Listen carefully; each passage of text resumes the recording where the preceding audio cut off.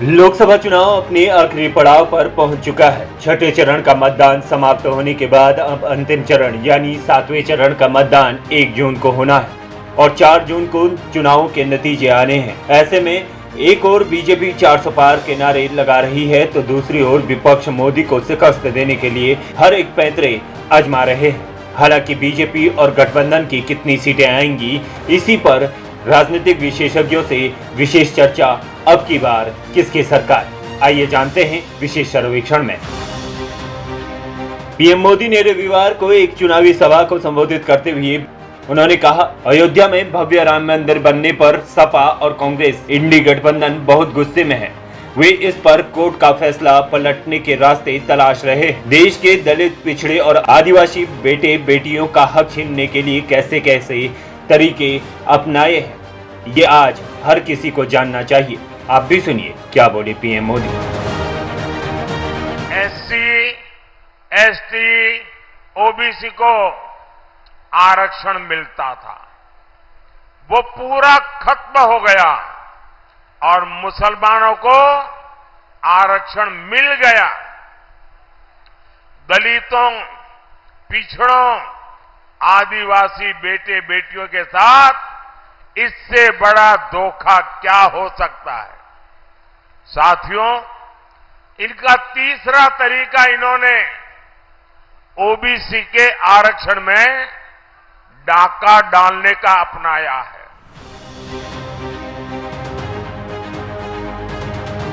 कांग्रेस नेता राहुल गांधी ने पीएम मोदी पर तंज कसते हुए कहा, नरेंद्र मोदी, अडानी और मीडिया की पार्टनरशिप में चल रही है। प्राइस फिक्सिंग से हिमाचल के सेब किसानों को लूटा जा रहा है। कांग्रेस सरकार एमएसपी की गारंटी देकर इस लूट को हमेशा के लिए खत्म कर देगी। आप भी सुनिए। ये जो इनकी पार्टनरशिप चल रही है, मोदी जी, अडानी जी और मीडिया वालों की, इसी के कारण आपको सेब के लिए सही दाम नहीं मिलता है। सारे के सारे स्टोरेज फैसिलिटीज नरेंद्र मोदी जी ने एक व्यक्ति को दे दिए हैं।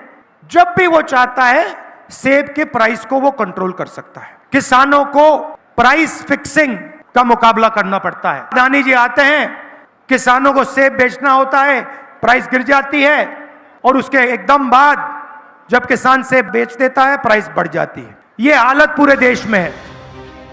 हालांकि वार पलटवार का दौर जारी है, पर अब बड़ा सवाल ये है कि चुनावी नतीजे पर क्या कहते हैं विश्लेषक और बड़े दिग्गज। 4 जून के चुनावी नतीजों की संभावनाओं पर चर्चा में पैनलिस्ट से बीजेपी और कांग्रेस को मिलने वाली सीटों की संख्या, रुझान और चुनाव निर्णायक कारकों से सवाल और उनके जवाब, किसकी बनेगी सरकार। सेशन पैनल में एक्सेस माई इंडिया के चेयरमैन और मैनेजिंग डायरेक्टर प्रदीप गुप्ता, लोक नीति CSDS के को डायरेक्टर संजय कुमार ने खास बातचीत में क्या बताया।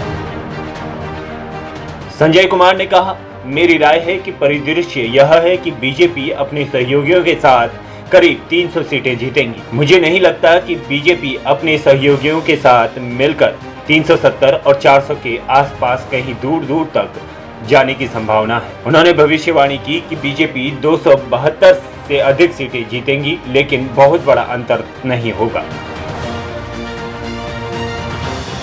50 साल तक महंगाई और बेरोजगारी के मुद्दे पर बोले प्रदीप गुप्ता। एनडीए और कांग्रेस को कितनी सीटें मिलने की संभावना है। प्रदीप गुप्ता ने कहा, बेरोजगारी और महंगाई पिछले 50 साल से चुनावों के मुद्दे रहे हैं और अगले 5 साल तक यही रहेंगे। सवाल ये है कि मुद्दों को उठाने के लिए कौन बेहतर रूप से तैयार है। इसी तरह से मतदाता सरकार का चुनाव करते हैं।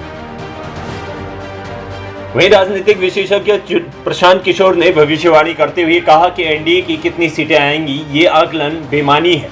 जीतने के बाद कौन कहां जाएगा, कहां तक जाएगा, ये नहीं कह सकते, लेकिन बीजेपी 270 से नीचे भी नहीं आ सकती। पीके ने आगे जोड़ा कि प्रधानमंत्री ने जनवरी में पहली बार कहा था कि हमें 370 और एनडीए की 400। मैं तब से कह रहा हूं कि बीजेपी की 370 सीटें नहीं आ सकती हैं। इसके साथ ही देश को एक नई दिशा में कौन लेकर जा सकता है, ये जो जनता ने बता दिया है। राजनीतिक विशेषज्ञों ने अभी तक कहा है कि अब की बार फिर नरेंद्र मोदी की वापसी करने वाले हैं। मेरा मानना है कि ये जीत एक ऐतिहासिक होगी। चाहे फिर एनडीए 400 पार करे या फिर नहीं, ये जीत पीएम मोदी के लिए एक ऐतिहासिक जीत होगी और 370 पार जरूर कर सकते हैं।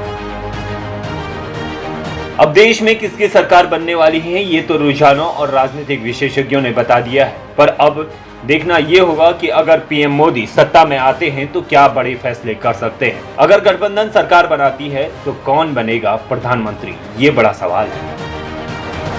आप भी अपनी राय जरूर दें कि अगर सत्ता में पीएम मोदी आते हैं तो क्या बड़े फैसले ले सकते हैं, और अगर गठबंधन सरकार बनाती है तो कौन होगा प्रधानमंत्री। कमेंट सेक्शन में जाकर जरूर बताएं।